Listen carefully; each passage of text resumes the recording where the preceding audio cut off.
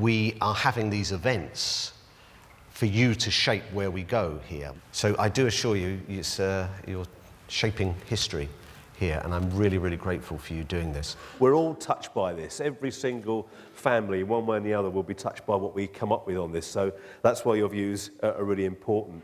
We're here today on this event to try and understand in much more depth than using virtually any other method exactly where the British public are on big decisions over the funding of care of older people and people with disabilities. And there's going to be more people in this country. Their expectations are going to be greater. So we need to plan for the future to ensure we've got a system which will meet their needs. What we know is the current system isn't meeting everybody's needs, and we need to design a system that will.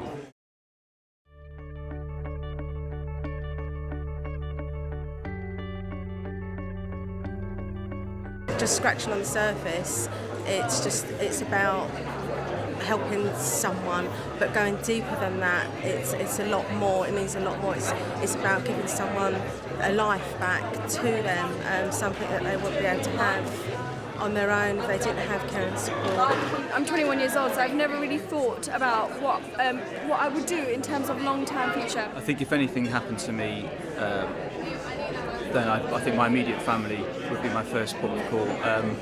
I don't really understand where I'd get help from a government basis. I think I'd be very concerned about losing my flat and my independence. Type of subject that you would never think of, it's just like, it's one of those things like with death, you don't think it's coming, it's there, but you don't think it's coming, and you think the government will always look after you.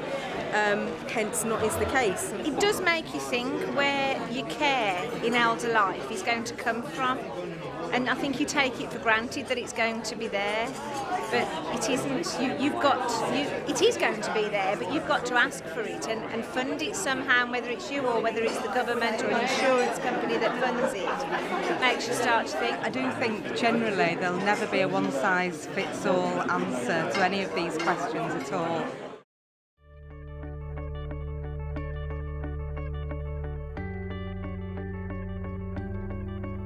We wouldn't be having a big debate about this if we thought the current system was okay.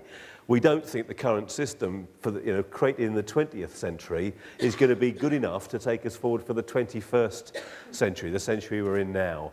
We've got to look at new ways of offering services that are better, that give people more independence, give people more choice and control over their lives, and we've got to think about how we're going to pay for all of that. In the next 20 years, we're going to have a gap of about £6 billion a year.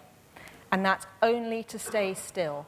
That's only to provide the quality of services we're providing at the moment, to provide it to the same proportion of people as get care at the moment, basically to maintain just what we are doing at the moment. If we wanted a better system, if we wanted a system which gave care to more people, then it would have to be more, then the gap is more than that £6 billion.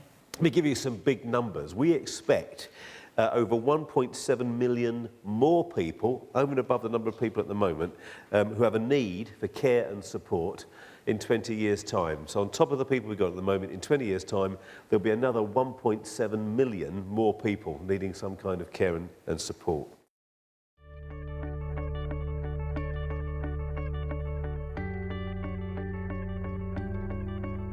The system needs, and I think we would all agree with this, to be fair, affordable and sustainable in the future.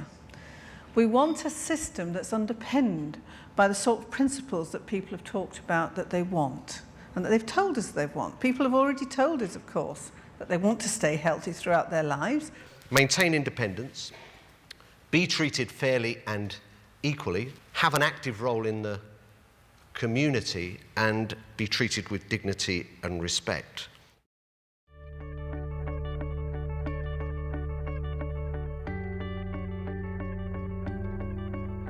Everybody wants everything to be provided by the government. Fine, but everybody also wants taxes to go down. Now, those are two totally contradictory positions, as you're well aware. So we've got to have a debate about what the right level, what the right balance might be. I think the burden's got to be shared by everybody. And basically, a bit more support for families who do support their families. I think that the government should take a large portion of it, and that families should also should help on the individual. I think it should be a combination of the government, employers should pay, people who are able to afford extra money should pay as well. If you're earning, say, £200,000 a year, then you can afford to pay more than somebody who's on struggling on income support. You put in that amount, but they're putting that amount. Would you then therefore expect a larger payout?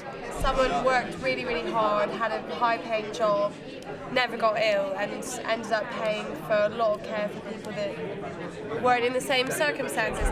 But that's part of society taking care of each other, exactly. Everyone in this country seems to think it's every man to himself. Like no one wants to support anyone else. Like no one wants to help out the community or anything. That's the problem. 1 in 4 of us are going to get dementia of some sort. 1 in 3 of us are going to get cancer. Yeah. You know what I mean? So I don't mind paying an extra few quid a year, and if I don't get either, I'm happy. So if we can't even live now, how are we going to save for the future? Because we're struggling now. But people will not do it. That's the point. People, I'm sorry, despite if there are economic upturns and downturns, people will stop doing it. Rather than large amounts over a very limited time, small amounts over a wide time, it's not quite so bad, is it? Making smaller contributions. You could find things had changed when it came to the point of need, and that might not be. It might not have been enough that you paid in, or it might have been too much. And I'd want to make decisions nearer the time. I think it's interesting that the government are making an effort to find out what ordinary people think. People come from various backgrounds, got various interests, and if you get a cross-section of the public giving an honest answer, I think it helps the government form reasonable policies of what ordinary people want. I'm of a young age, you know, I've got my future ahead of me. I'm going to see these changes when they occur.